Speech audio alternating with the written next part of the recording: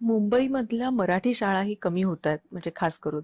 तर याकडे आपण कसं बघता आणि पालिकेच्या शाळा अपग्रेड करण्यासाठी काय उपाययोजना करण्याची आवश्यकता आहे? कारण त्यावेळी आपण शिक्षण समितीचे अध्यक्ष होता, आता आपण महापौर आहात. हम्म. अधिक अधिकार आहेत, अधिक गोष्टी आपण प्रखरपणे करू शकता. आता काय वाटतं तुम्हाला की ह्या शाळा थोड्या अपग्रेड झाल्या पाहिजे, यासाठी म्हणून तुमचं काही विजन आहे का? मुंबई मराठी भाषा मुंबईकरांना, मुंबईत राहणाऱ्या सगळ्यांना, महाराष्ट्रात राहणाऱ्या सर्वांना मराठी भाषा ही आलीच पाहिजे. मराठी भाषाशिवाय इथे दुसरी कुठलीही भाषा, म्हणजे दुसरी त्या भाषेचा सन्मान आहे, पण मराठी भाषा ही आलीच पाहिजे, हा आमचा आग्रहच आहे. ज्युनियर केजी पासून ते शेवटपर्यंत मराठी भाषा ही शाळेच्या अभ्यासक्रमात पण असली पाहिजे, हाही आमचा आग्रह आहे आणि तो असणारच, याबद्दल काही दुजाभावच नाहीये.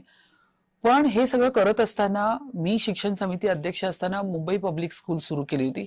सेमी इंग्लिश त्या ठिकाणी आणलं होतं. आता मी जाऊन बघते तर सीबीएसई बोर्डाच्या पण शाळा या ठिकाणी आलेल्या आहेत. काळाची गरज, आपण बोलतो ना कालाय तस्मै नमः, काळ हा पुढे जातच राहतो, लोकांची मतं बदलतात. प्रत्येक आई वडिलांना वाटतं आता अगदी मिडल क्लास असेल किंवा लोअर मिडल क्लास घरातल्या पण आईला किंवा वडिलांना वाटतं की माझ्या मुलाला उद्या भविष्यात जाऊन इंग्लिश सुद्धा बोलता आलं पाहिजे. खरं. म्हणून त्यासाठी आपण तोही आग्रह धरलाय की मुंबई पब्लिक स्कूल असेल किंवा सीबीएसई बोर्डाच्या ज्या शाळा असतील त्या होणं पण गरजेचं आहे.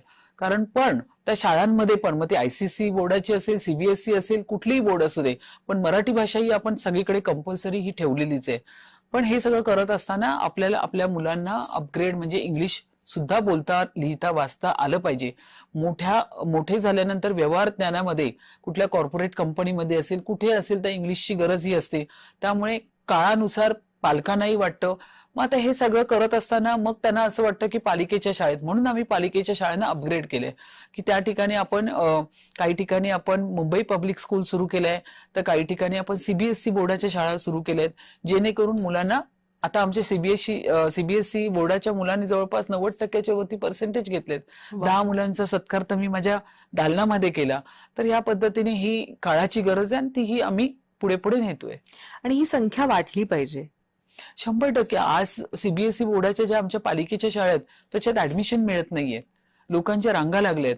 माझ्या कोट्यामध्ये 25% ऍडमिशन्स आहे, ते तर मी पटापट साईन करून लोकांना ती पत्र देऊन पण टाकलीत. म्हणजे आता सीबीएसई बोर्ड इतक्या मोठ्या प्रमाणात आमचं आता चालू आहे की लोकांना ऍडमिशन मिळताना मुश्किल होते. तर अशा पद्धतीने आम्ही अपग्रेड करतोय ह्या शाळा चांगल्या पद्धतीने चालवण्यासाठी.